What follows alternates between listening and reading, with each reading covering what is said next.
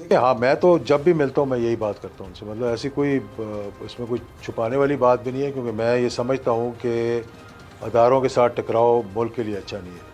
जो आज हो रहा है सुप्रीम कोर्ट के साथ, जो ये पीटीएम वाले कर रहे हैं, आगे चलकर इनको भुगतना पड़ेगा। एक 97 में हमला हुआ था, मैं उस वक्त सीनियर नायब सदर था पार्टी का।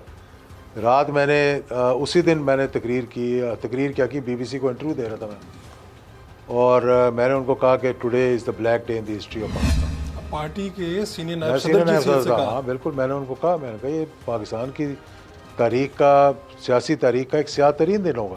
तो आपको पता नहीं क्यों? था कि ये हमला होने जा रहा है? मुझे पता था सारा, लेकिन मैं उसका हिस्सा नहीं था। रोकने की कोशिश की? नहीं, रोकने की कोशिश इसलिए नहीं की कि वो आनन फानन मुझे पता ही नहीं लगा कि किस लिए लोगों को बुलाया जा रहा है। हालांकि मेरे एमपीए पेश थे और उनके नाम भी आए, जिन लोगों को सुप्रीम कोर्ट ने बार किया था फ्रॉम इलेक्शंस। जी जी जी। तो क्योंकि वो ज़्यादा करीब थे और उनको ज़्यादा एतमाद में लिया गया, मुझे ये समझते थे कि ये थोड़ा सा मुंह फट भी है और ये सही बात कर देता है, ये शायद हमें रोकने के लिए कहेगा। तो आप तारीख के उस मोड़ पे सुरखरू हो सकते थे अगर आप कह नहीं, देते कि मैं पार्टी छोड़ता हूँ, आप लोगों ने हमला किया देखिए है। पार्टी छोड़ने का तो कई मरतबा हो सकता था, इंसान से गलतियां भी हो जाती हैं। पार्टी छोड़ने के मैंने अपनी बात जो थी वो कह दी, कि जो गलत मैंने हुआ। करनी मैंने कहा गलत हुआ। मैं बीबीसी को इंटरव्यू दिया, मुझे उसी वक्त with in 10 minutes of my interview Nawaz Sharif साहब ने पैगाम भिजवाया था। एक बहुत सीनियर साफ़ी है हमारे, यार क्या? एजाज साहब ये आपने क्या कह दिया, मियाँ साहब कह रहे हैं यार उनसे पूछो ये क्या कह दिया। मैं कहा जो कहना था वो कह दी। ये नवाज शरीफ साहब हों या इमरान खान साहब, आपको इनसे भी पहले पता चल जाता है कि ये अब घर जाने वाले हैं और आप उनको जाके खबरदार भी करते हैं?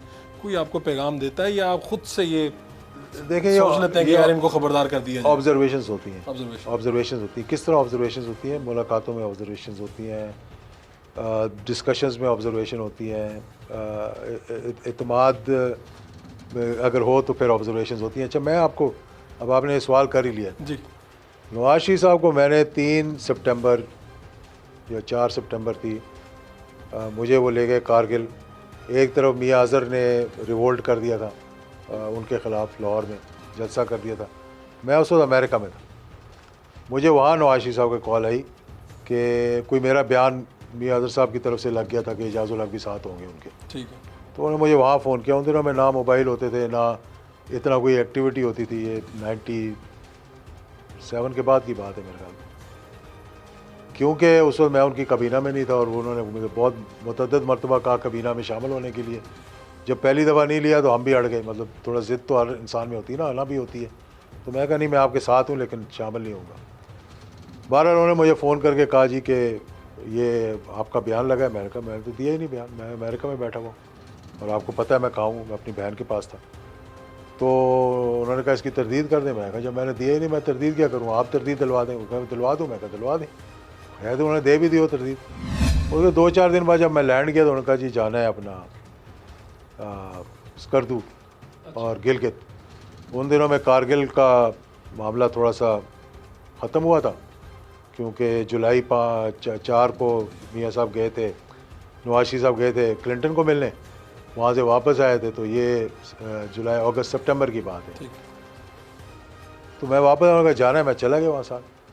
देखिए बातों बातों में परवेज़ मुशर्रफ साहब ने थोड़ा मुझ पर एतमाद करते थे। एक दो हमारी ऐसी मीटिंग्स हैं जिसका मैंने अभी जिक्र नहीं किया, किताब में जिक्र करूँगा, कि जो उनके साथ मेरी हुई बड़े एतमाद की मीटिंग्स थी। तो एक कोर कमांडर थे जिनको मंगला से ट्रांसफ़र कर दिया GHQ में 3-4 माह के बाद। अब knowing the background of the army, तो नॉर्मली जब कोई जाता है अगर कोई गड़बड़ ना हो तो साल तो कम अज़ कम रहता है, फिर उसकी ट्रांसफ़र हो जाती है, अनलेस कोई बहुत इमरजेंसी हो जाए। तो मेरे साथ जनरल साहब बैठे हुए थे, उनसे मैंने पूछा, मैं कहा यार ये ख़बर अभी मैंने पढ़ी, जहाज़ में बैठ के अभी टैक्सी हो रही थी जहाज़ की। तो उन्होंने कहा कि क्या? मैं कहा जी ये इस तरह हो गया। उन्होंने कहा मुझे तो कोई खबर नहीं, हालांकि वो GHQ में थे। मैंने अचानक परवेज़ मुशर्रफ साहब से वही सवाल कर लिया। मैं पिछली सीट पे था और मेरे अगली सीट पे थे। इस तरह हम C-130 जहाज़ था उसमें बैठे हुए। मैंने उसे हाथ रख के उनके शोल्डर पे, तो क्योंकि जहाज़ चल रहा था आवाज़ बहुत आ रही थी। मैंने कहा हाँ एजाज़। मैं कहा सर इस तरह मैंने पूछा है जनरल साहब से, तो वो हमारे दोस्त थे, गोल्फ पार्टनर हैं, गोल्फ खेलते थे इकट्ठे, तो सुना उनकी ट्रांसफ़र हो गई है। तो देखें वो एक स्पॉन्टेनियस रिस्पॉन्स होता है इंसान का ना, जब अंदर की बात बाहर आ जाती है। तो जनरल साहब ने कहा कि yes he is been transferred and I hope they will stop interfering with my commanders. Oh, ये बहुत बड़ी बात थी, मेरे तो पाँव के नीचे से ज़मीन निकल गई कि भाई मुझसे उन्होंने ये बात कर दी है, शायद इतना मेरे पे एतमाद करते थे। अभी मैं उनसे बात करके कुर्सी पे बैठा नहीं था तो मियां Nawaz Sharif as prime minister जहाज़ की कॉकपिट में थे, अच्छा। ठीक है ना। वो चढ़ के C-130 की कॉकपिट होती है कि बंक बेड होता है, पीछे दो, आगे बहुत जगह होती है पायलट्स की।